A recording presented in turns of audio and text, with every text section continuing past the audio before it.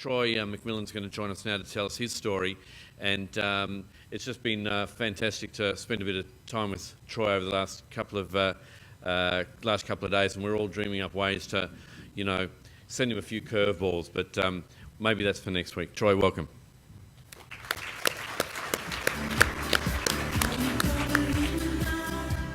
Thanks, Richard.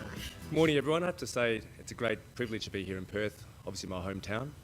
When I won the award in October, it was obviously a great honour, but also a really humbling experience. So since then, everything's been really great for myself, my family, and my business.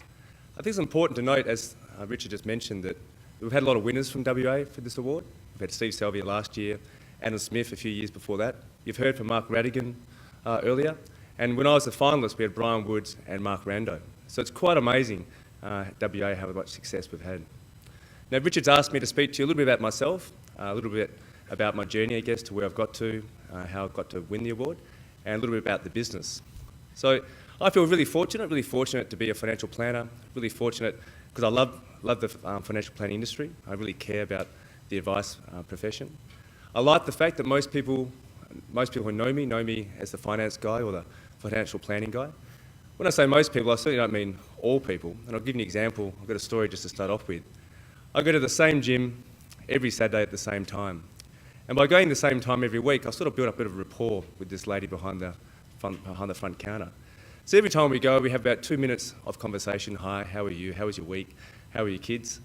And then one Saturday when I came there this earlier this year, she reached across the counter. She goes, Troy, I've never asked you, but what do you do for a living? And quite proudly, I said, I've got a financial planning business. And then she looked absolutely shocked. She goes, really? I would never think that you'd do something like that. And I said, yeah, of course, I've been doing it for ages. She goes, I just can't believe it. So I started thinking, well, maybe because I'm in my gym clothes, she doesn't see me as a financial planner. I said, oh, fair enough. So I walked away. Then the next week, came back again on a Saturday. And this time she said to me as I walked away, we had 2 minutes of conversation, she yelled out, she goes, Troy, how are the flowers? And then she started giggling with the girls in the front counter. So I was really embarrassed. And I was like, just ignored it. And then it came up again a couple of weeks later. And to be honest with you, I really didn't like this lady anymore. I didn't even want to turn up at this gym, but I had to go. It was after swimming lessons and before gymnastic lessons for the kids. It was 1 hour on a Saturday that I had. So then a few weeks later again, I turned up. We had 2 minutes of conversation. Hi, how are you? And this time she reached across and she goes, Troy, do you do weddings at all? I've gone, weddings? She goes, with the flowers, do you do weddings at all? And I said, look, Julie, honestly, I just don't understand it. I don't get the joke. She goes, but Troy, don't you have a frangipani business? And I said, no, financial planning business, but thanks for believing that I'd be a flower salesperson.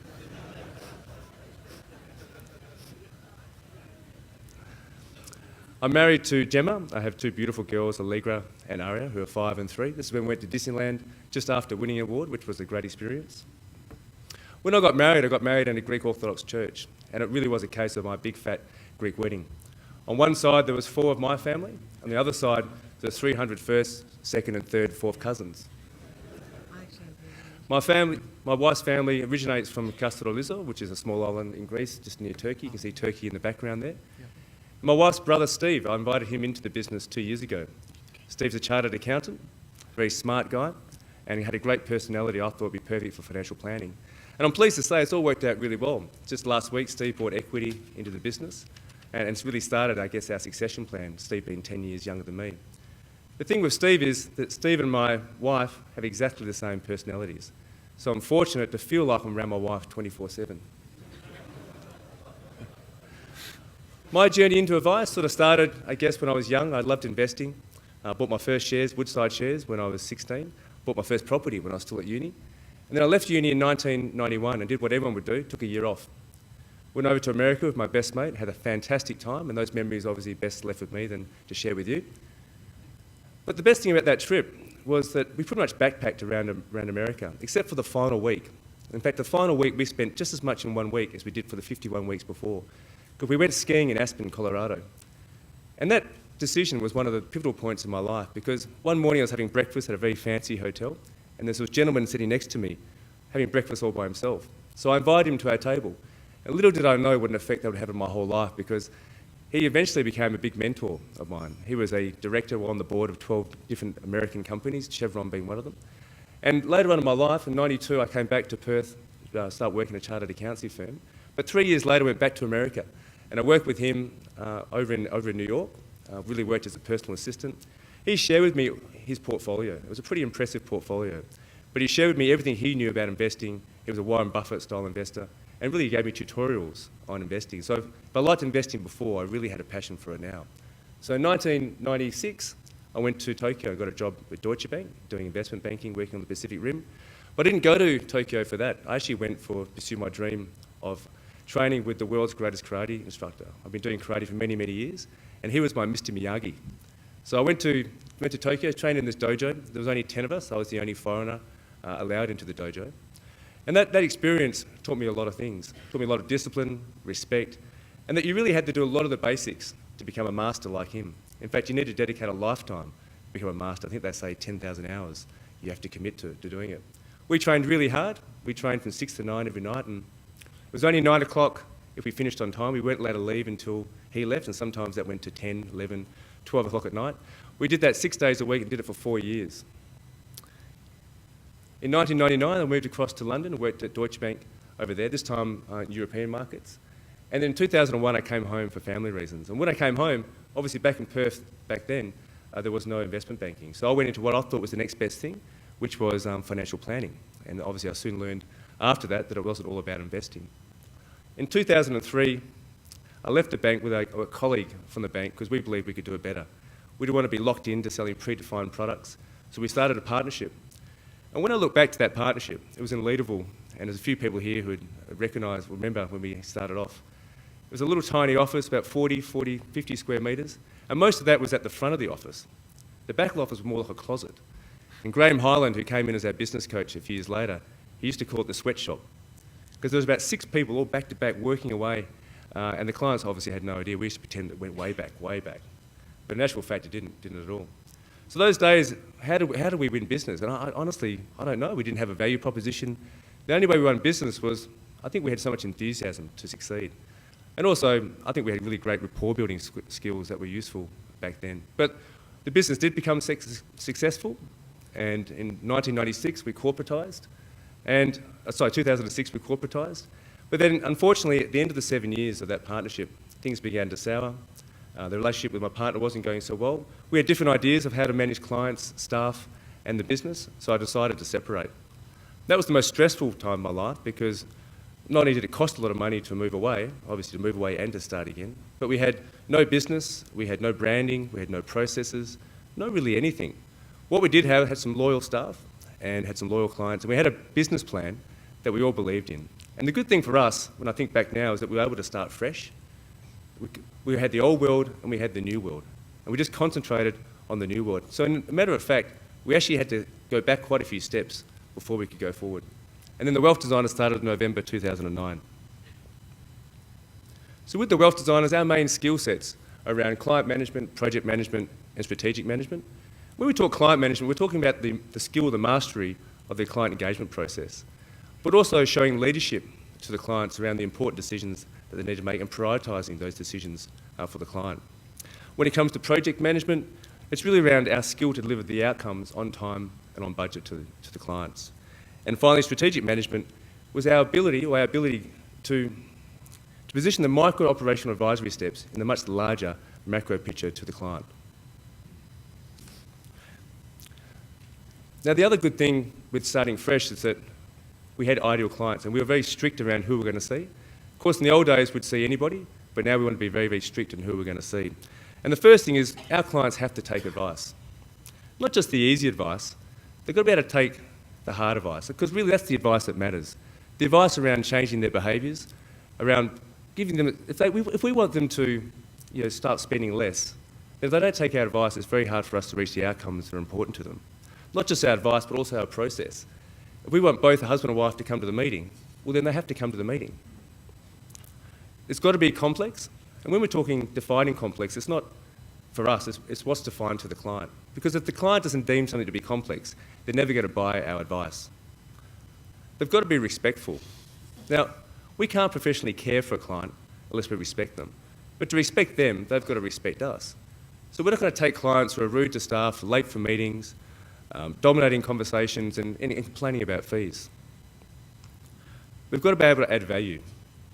Not just any value, we want to be able to add significant value to the client. Clients really don't care about all the finite things that we do, like the portfolio management, the asset allocation. Well, some do, but not many. What they care about is the relationship that they have with us can maximise the probability of them achieving the outcomes that are important to them.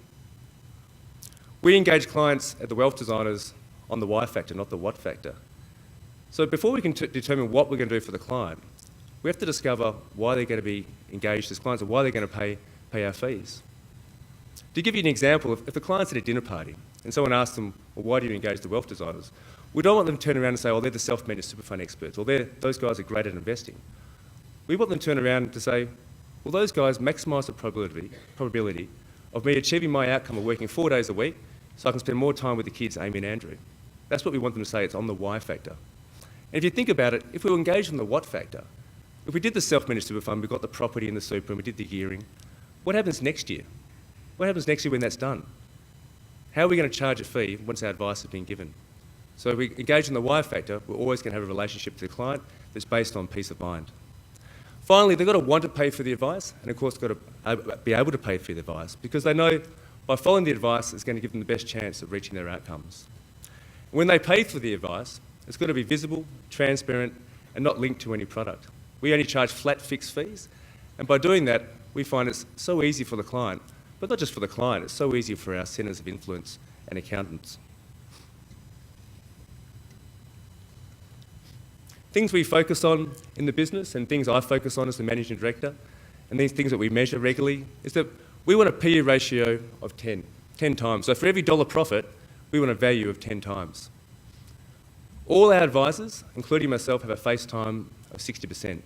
So 60% of the time, we're in front of prospects, clients, networks, centres of influence, influencers, or accountants and so on. For every first meeting, so we want 80% success factor. So 4 out of 5, every first meeting, we get the chance to move on to the next stage. For the 100 active clients that we have, we want 66 referrals each and every year from our clients. We want 25% growth on our revenue. We want a 90% thrill factor for our clients. And that's done from an independent survey that 90% of the time the clients are happy to come back to us and want to work with the wealth designers. And then we have a 40% EBITDA. So 40% profit on every client every year going forward. These are things we measure, and the staff are measured on the face time of 60%. So it's their job to ensure the advisors achieve a face time of 60%. If you'd ask me what I'm most proud of, is this. It's my ability to build a great team who are all culturally aligned, loyal, and totally in sync with our vision to be a great advice firm that solves clients' complexity and delivers certainty to clients around their outcomes. The other thing is the ability to bring young professionals like Steve into the business. We've got 4 people who come from chartered accounting backgrounds now as advisors, and I'd never thought to be able to attract people of that sort of profession into the industry. So you can see how things are changing in our industry. If you ask me what the biggest breakthrough's been, the biggest breakthrough happened last week.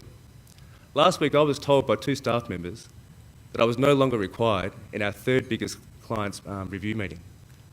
Now that could be a bad day or it could be a good day.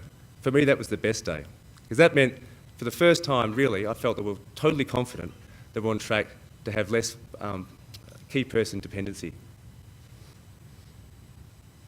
We spent a lot of time with our branding, and we started out from day one. We set the business up 2.5 years ago to look and feel where it should be now.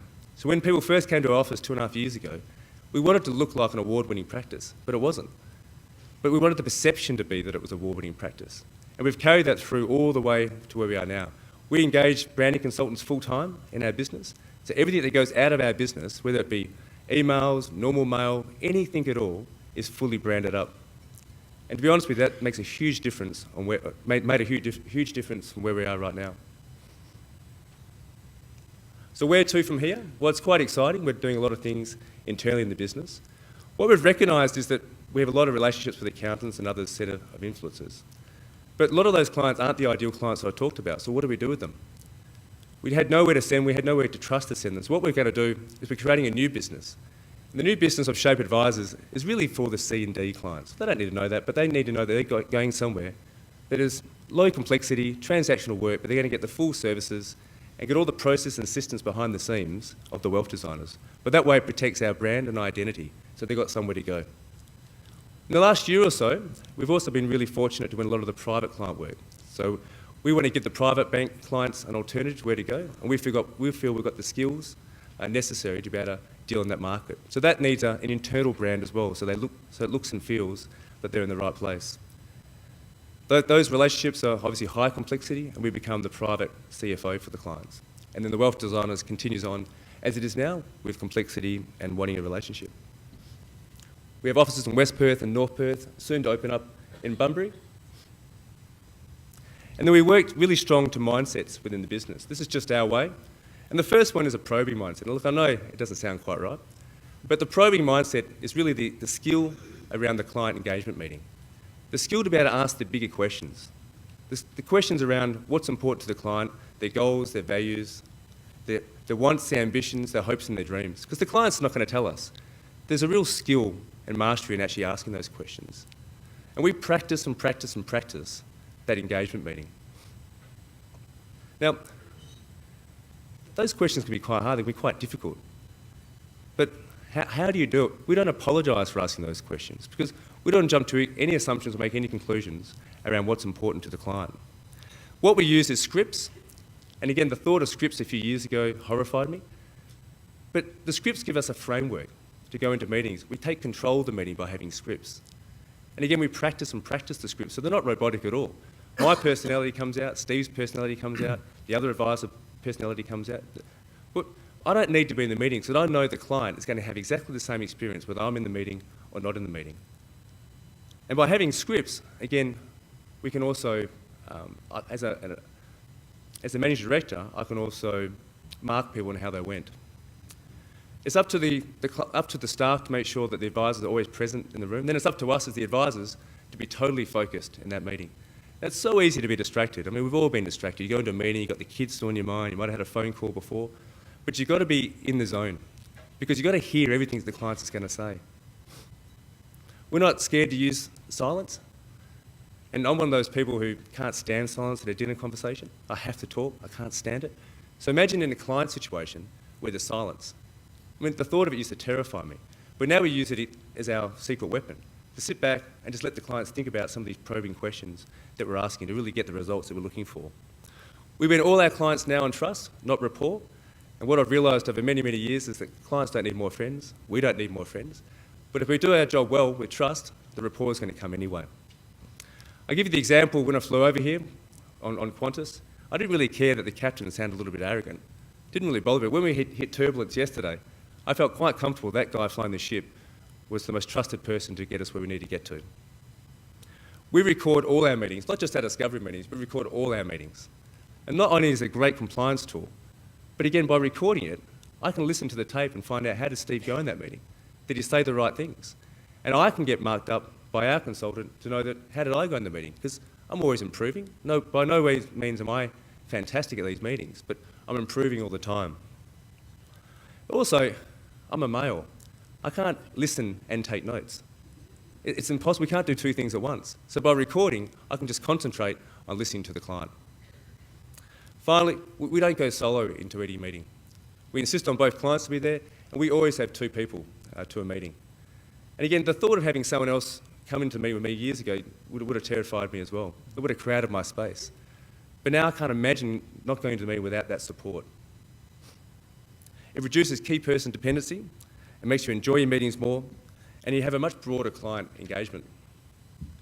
So the very last thing I talked about was building teams. We have first chair and second chair.